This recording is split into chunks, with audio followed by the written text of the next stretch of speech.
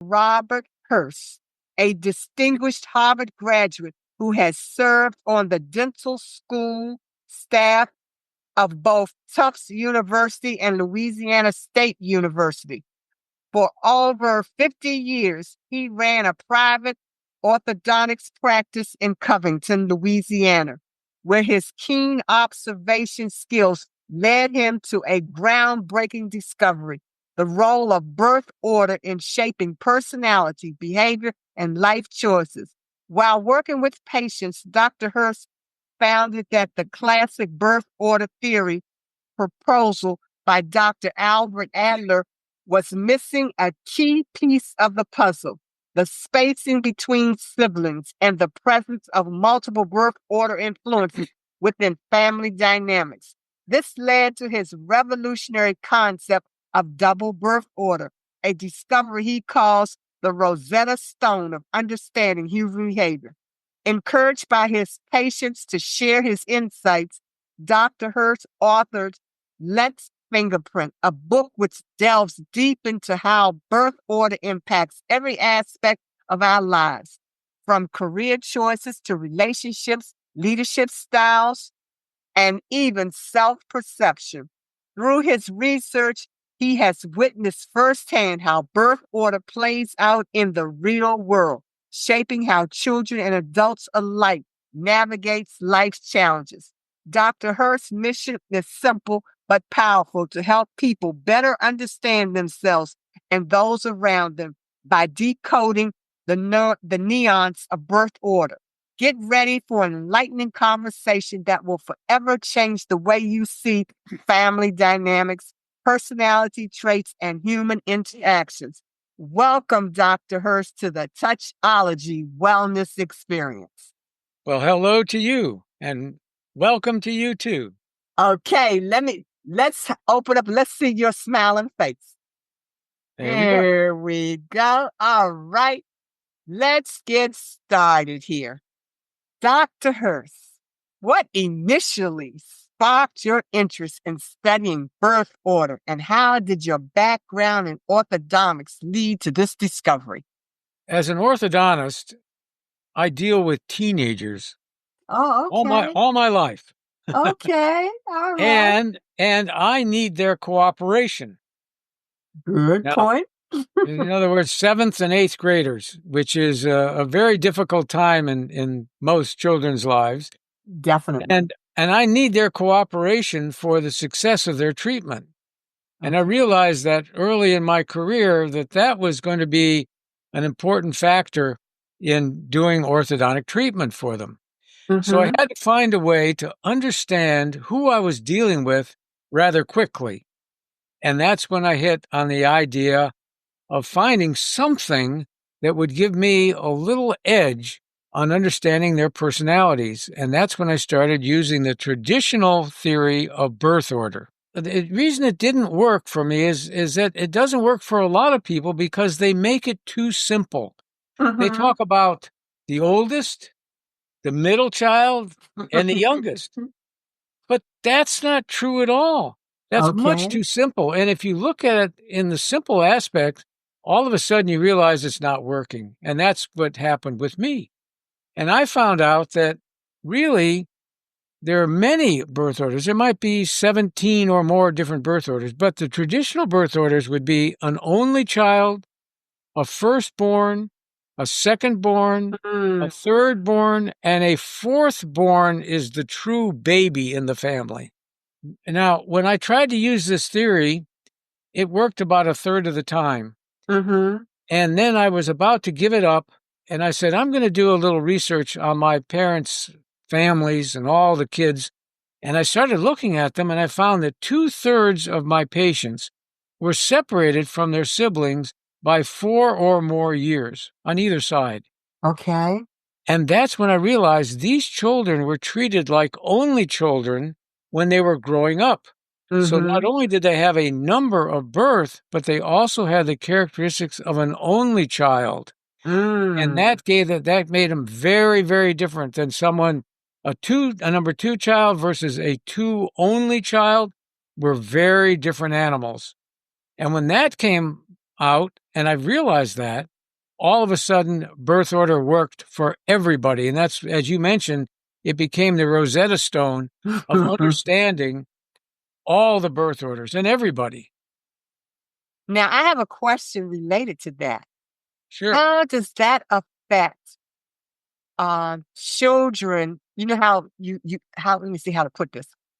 Children who may come from one set of parents and that parent had children in another relationship, and then they connected and got a new relationship, and then they had children. So, which means you got the siblings who may be the firstborn in the second marriage or relationship compared to their other siblings where they may really be maybe the third or fourth child of that particular parent. How does that affect the birth order? Well, that's a very common question, and it's very easy to answer. Mm-hmm. What happens is if you move up in birth order, when you get, we'll call that a blended family. You blend Yes, yes. together. Mm-hmm. If you move up in number in your birth order, you adapt to that family beautifully. Mm-hmm. If you get demoted, you do not adapt. And I've seen this many, many times. I'll give you a little story about that. In my office, I am in a small town here, so I'll see patients from, almost all the families in town eventually. And so in one particular instance, there was a single mother. She Mm-hmm. had one daughter, and I was treating that daughter. So she was an only child. And in another family, there was a gentleman that was a widowed husband, a father, Yeah. and he had two girls. And Mm. I was treating those two girls. Well, it turned out that he and the single mom got together and they decided they were going to get married and they were going to blend their family. Right. And I said, well, that's wonderful. Well, the little girl with the mother, the only child, she thought that would be wonderful too, because she always wanted a dad. She didn't have a dad. And so this was Right. going to be great. So when they got married, now each of them had their own houses. And the one little girl said to her mom, I really like my room at the house and all that. Don't sell the house right away. Let's see how things work out. Mm-hmm. So they got married, they got together. And now this little girl that was the only child became the third oldest in the family.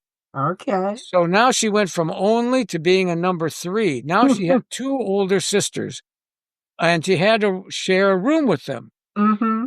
I saw her cooperation go from being a wonderful little girl. She was great in school. Now she started getting bad grades in school.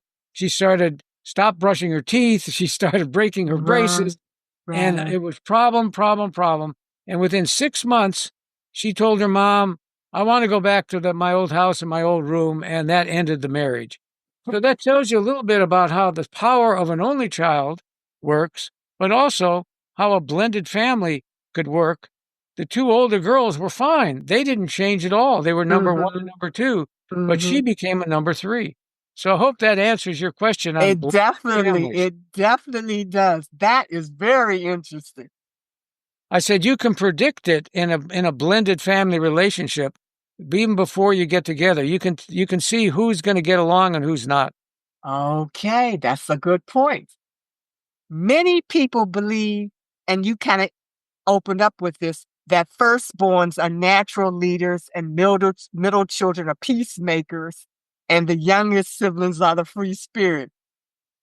How accurate is this? Or what is the correct way you present that? Well, let me just I'll do a little summary here. When the first child is born, they're an only child. Mm-hmm. The only child has a lot of self-confidence. They're like a little adult. The parents will, treat them like little adults. Mm-hmm. And they get all the attention. Everything revolves around them. And then when the next child is born, they're not so happy about this because they've gone from being an only child to being a firstborn.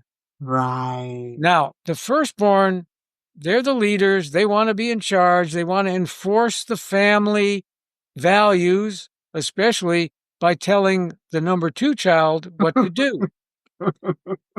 But the number 2 child comes into the world, and there's already an older sibling telling them what to do. And this number 2 child doesn't want to tell them what to do, just doesn't want to be told what to do. They're thought of as being stubborn, but they're not being stubborn. They just want to protect their own personal space. Gotcha. So, they're not going to tell you what to do, but just don't tell them what to do. And when they make up their mind, they might be wrong, but they're not going to give in. So that's where you get this stubborn side. Now, when the third born is born, all of a sudden, this child, when they're born, there's 17 different interpersonal relationships they have to understand. Almost immediately, the parents, the children, the older child, the second child with the parents, and it goes on and on. So this child is excellent at decoding what's going on around them to pick up on all these little subtle cues. And they see life very differently than the 2 older siblings. 2 older siblings are at each other. The number 2 wants to dethrone number 1, and number 1 wants to keep the throne from number 2.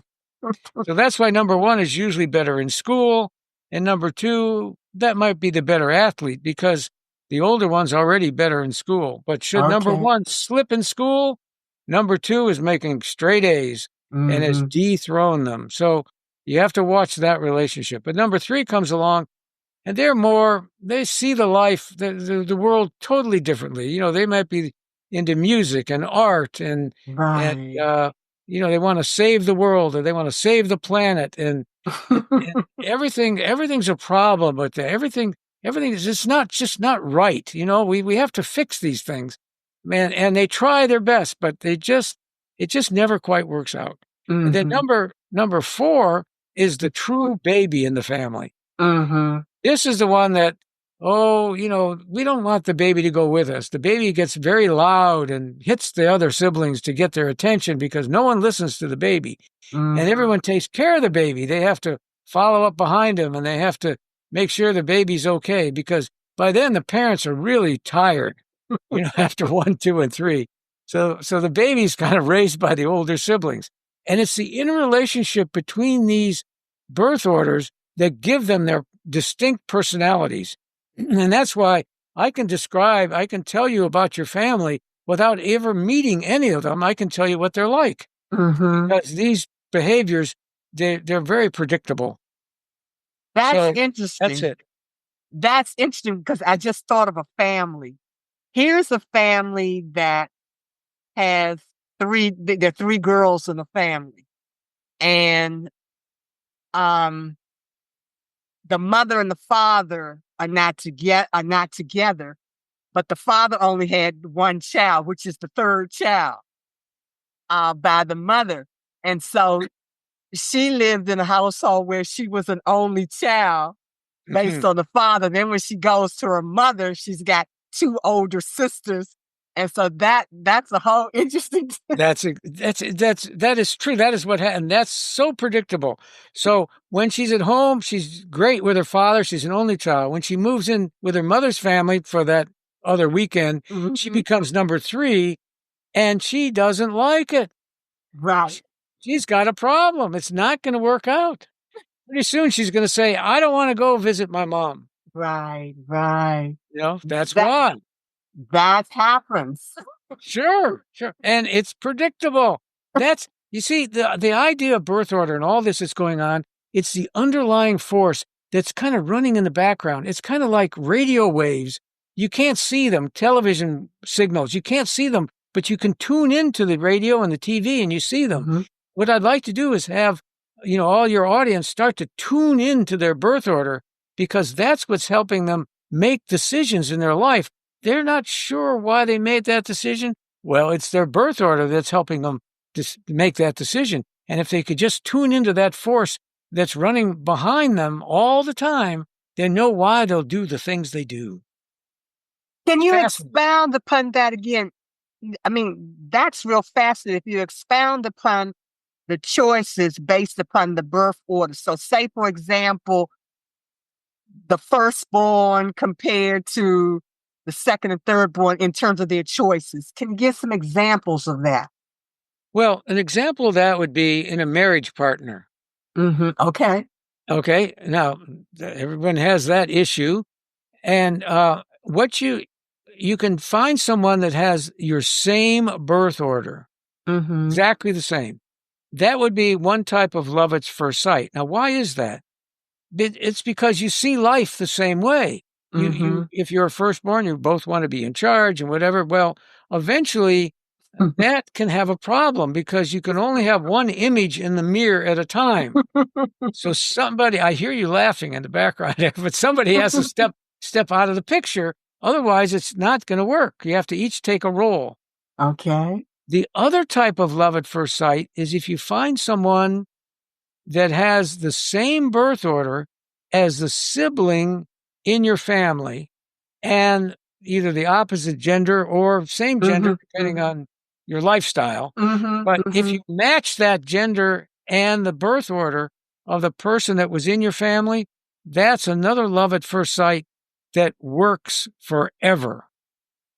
Now, you don't have to like that sibling in your family. You just have to understand that position. And that's so if a number 3 has a number 2 in the family, they might, find a number 2 to marry or, be their friend, and they would understand them. That makes sense. I can kind of see that.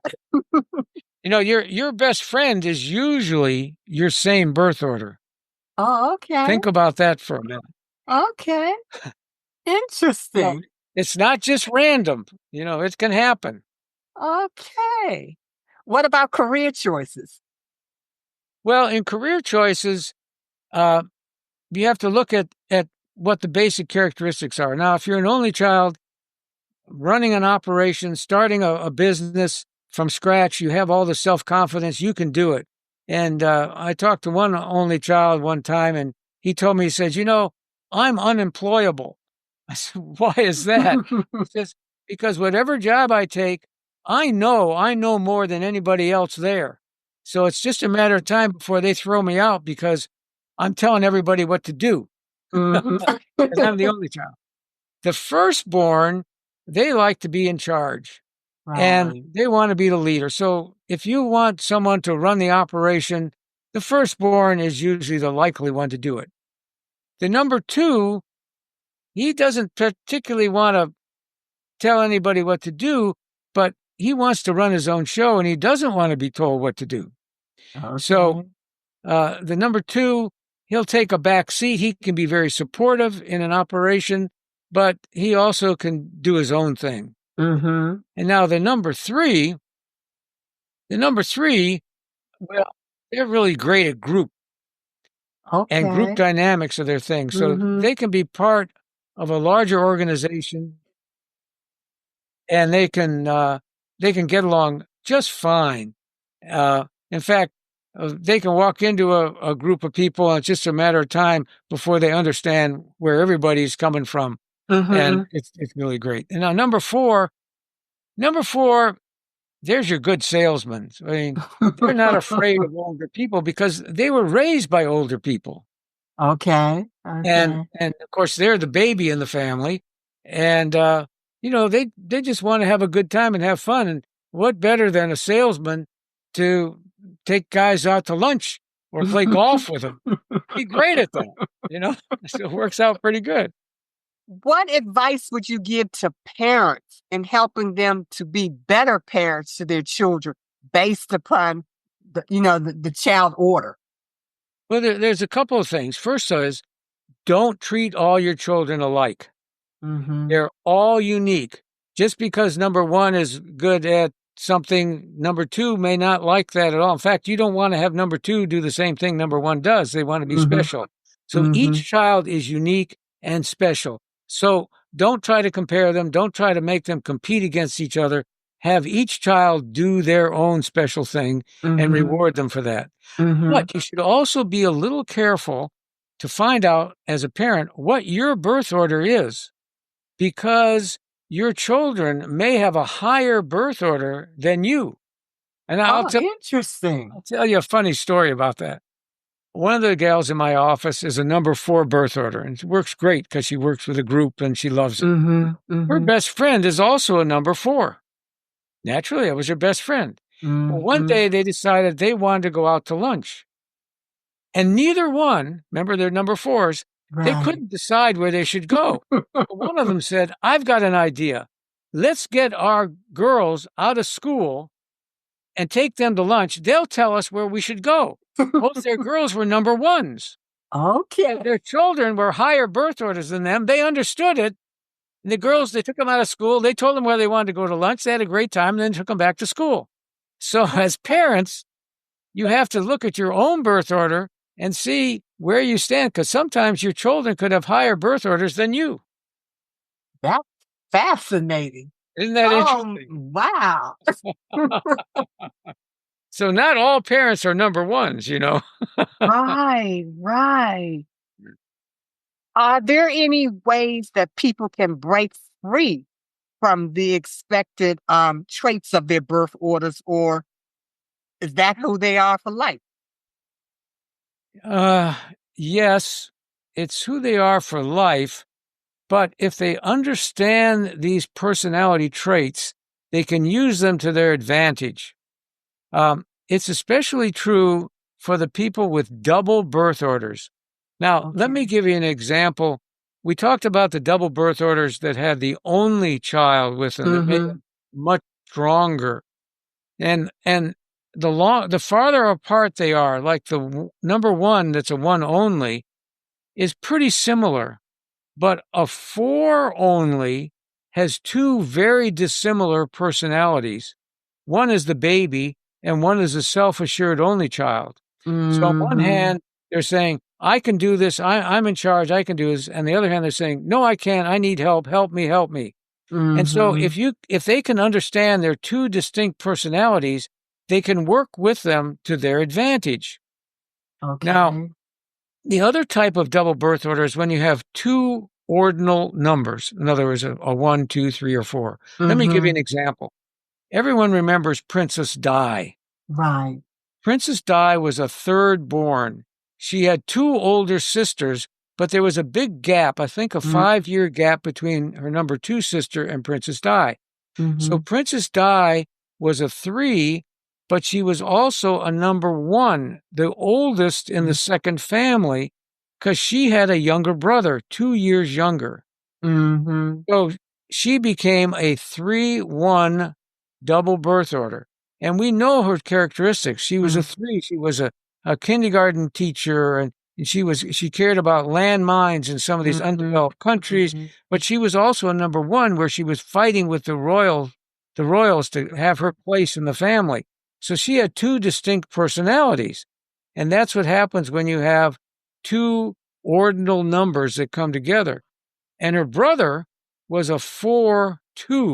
And if you remember, after her death, he was very vocal about how the royal family was the cause of her death, and he was very angry. But he was the baby, number 4, but he was also a number 2, don't tell me what to do. So he had 2 distinct personalities. That's fascinating. Yeah, go ahead. Now, I was just thinking of some families when you were giving those examples. It makes a lot. So now you're dealing with dual traits. Yes. Is that real common? Is that very common? Well, it's common in large families to have gaps within the family. And as I found in my orthodontic practice, the gaps were beneficial. Now, some people want these for sure. And the reason for that is the resources in the family. Orthodontic treatment not necessarily cheap, but if you had a big gap between the children, you had plenty of time to recover financially and be able to afford these things, you know. Also, each their own cars and things like that. Yes. The kids are tightly grouped, 1, 2, 3, 4, 5, 6. It's more difficult. It's harder on the family. Oh, by the way, at number 5, it starts all over again. Number 5 is like a number 1, but I use the example, it's like primary colors and secondary colors. 5 is like a 1, but muted. the 6 is like a 2, but he's not so stubborn. And a 7 is like a 3, but a little, smoother and not so in your face so much. Oh, wow. This, I mean, I know you must have had fun, putting this together. It's so fascinating. Yeah.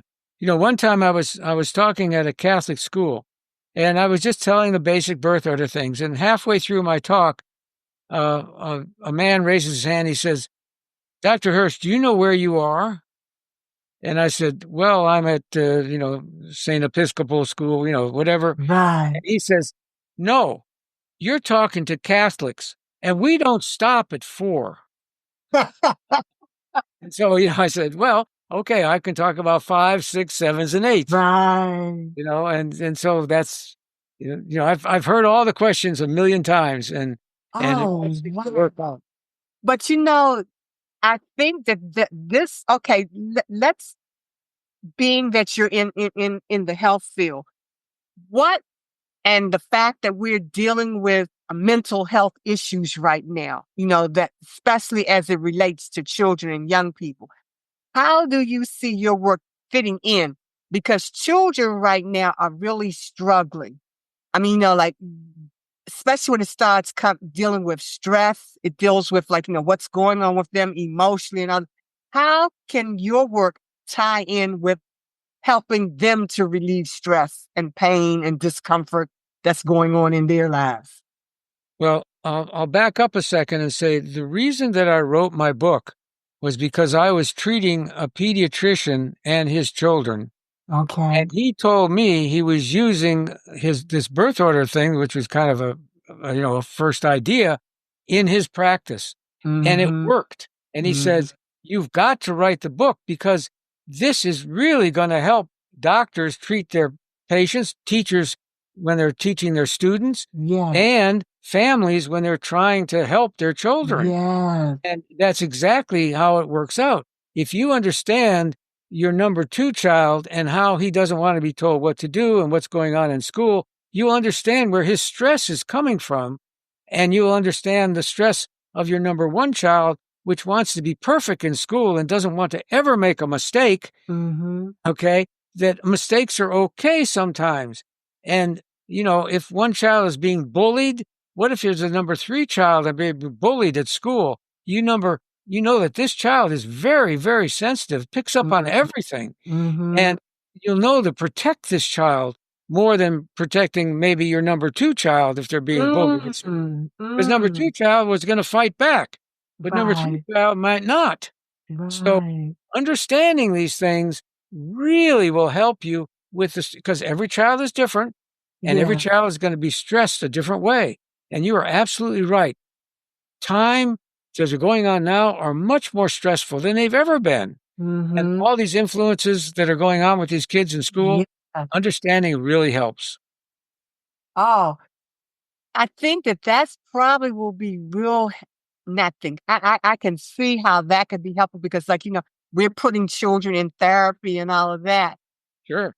When, if we just took the time to understand their characteristic based upon their birth order, would be helpful in terms of dealing with, like, mental or emotional issues that are going on. Absolutely. And I'll tell you a little bit about the number 3. The number 3 is so sensitive. You have to be careful about the number 3 with drugs and alcohol Yes. because they're open to experimenting. They're open to others. Whereas the number 1 and number 2 are more fixed personalities. But number 3, that's what makes number 3 so wonderful because they're so open to everything. But they have to be careful because they can be trapped into drugs or alcohol. So you have to be Yeah. very careful with that with number 3s. That makes a lot of sense. Yeah, it I, does. I can see that. If I put my social work hat on, I can see that. I can see, based upon what you just shared, looking at the birth order and the characteristics, I do see that as being very relevant. Wow, there's so many questions we can ask. If listeners take away just one key insight from what you have shared with us today, what would you say is the most important thing that they need to understand about birth order and the influence that it has on their lives? I would say that you should, if you don't tune into who you are and find out who you really are, you don't know why you're doing the things you're doing. And once you find out who you are and how you're interacting with other people, then all of a sudden everything becomes very clear to you, and it will reduce your stress in life because you'll know that some of your decisions are not just spontaneous. There's a reason for them, and why certain people and you don't get along, and why other people and you get along just great. Also, if you have Mm, relatives in your family, not only brothers and yeah. sisters, but cousins and uncles and aunts and parents and grandparents, you'll know how you're interacting with them and why you like certain ones and why others you don't get along with at all. That's what you could take away from this. All right. Well, a question just came up. For example, um, doing business with someone, in terms of you want to do business with someone, and would your birth order play a role in that person being able to work with you if you were trying to form a partnership or some kind of thing? Would you have to Absolutely. have a like characteristic or what? Oh, absolutely. Absolutely. Who you're working with in the job situation. When I counsel companies, I talk to the HR people and I say, be careful. Don't start hiring everybody like you because you're going to like those people.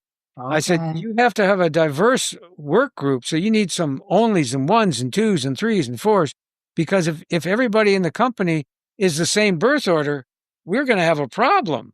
Okay. So, uh, a different birth order will fill in the gaps. You might, in your business, you might pick somebody, of course, that's different than you, but does something that you don't do very well. Mhm. And so together, you're stronger than when you're separately apart. Excellent. Well, we've come to the end of this episode, and I cannot let you leave without sharing how my audience can connect with you and with any programs or service. And most of all, how do we get that exciting book that you have wrote? Well, a couple things. You can go to our website, which is easy to remember, www.mybirthorder.com. All right. And here's a copy of our book. This is the hardcover book. You can only get it on our website. There is Okay. a softcover book, but this one is hardcover with the pictures in color. And there's a section in the back on questions that I've been given. So you have questions and answers. We also have on the website a little card, a US, and has a little USB on it. If you don't want the book, and you can plug that into your computer and see everything that's in the book. It has a little offset here that goes right into USB Okay. port. All You can do right. that. On our website, we also have T-shirts. Uh, if you number one, it says "Put me in charge," and if it's Okay. number two, it says "Don't tell me what to do," and if it's a number three, it says "I feel your pain," and if it's number four, it says "I don't want to grow up." All right. So there's other things. There's some other resources on there. There's all kinds of videos, and then they can learn more about birth order and ask me questions, and I will autograph their book for them. And if they give me information about their family, I'll try to answer that as well. Well, I'm definitely going to make sure your information is included in the announcements, we publicize for Okay. you being our guest. I'm real ecstatic about what you have shared, because I never thought about it from that perspective, but it makes a lot of sense. And like I said, yes, this is the Rosetta Stone of understanding who you are. Dr. Hurst, this conversation has been absolutely fascinating. Your deep insights into birth order, double birth order, and the ways our family dynamics shape our personalities, decisions, and life paths have given us so much to reflect on.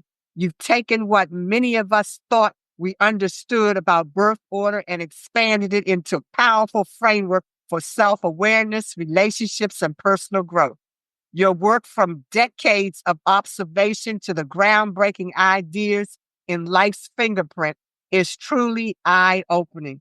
I know our listeners will walk away with a new appreciation for how understanding birth order can unlock hidden patterns in their lives and even help them navigate challenges more effectively. Thank you for sharing your knowledge, your passion, and your mission to help others see themselves and those around them through new lens. It's been an absolute pleasure having you on the show, and I know this conversation will leave a lasting impact. Thank you so much for being our guest today.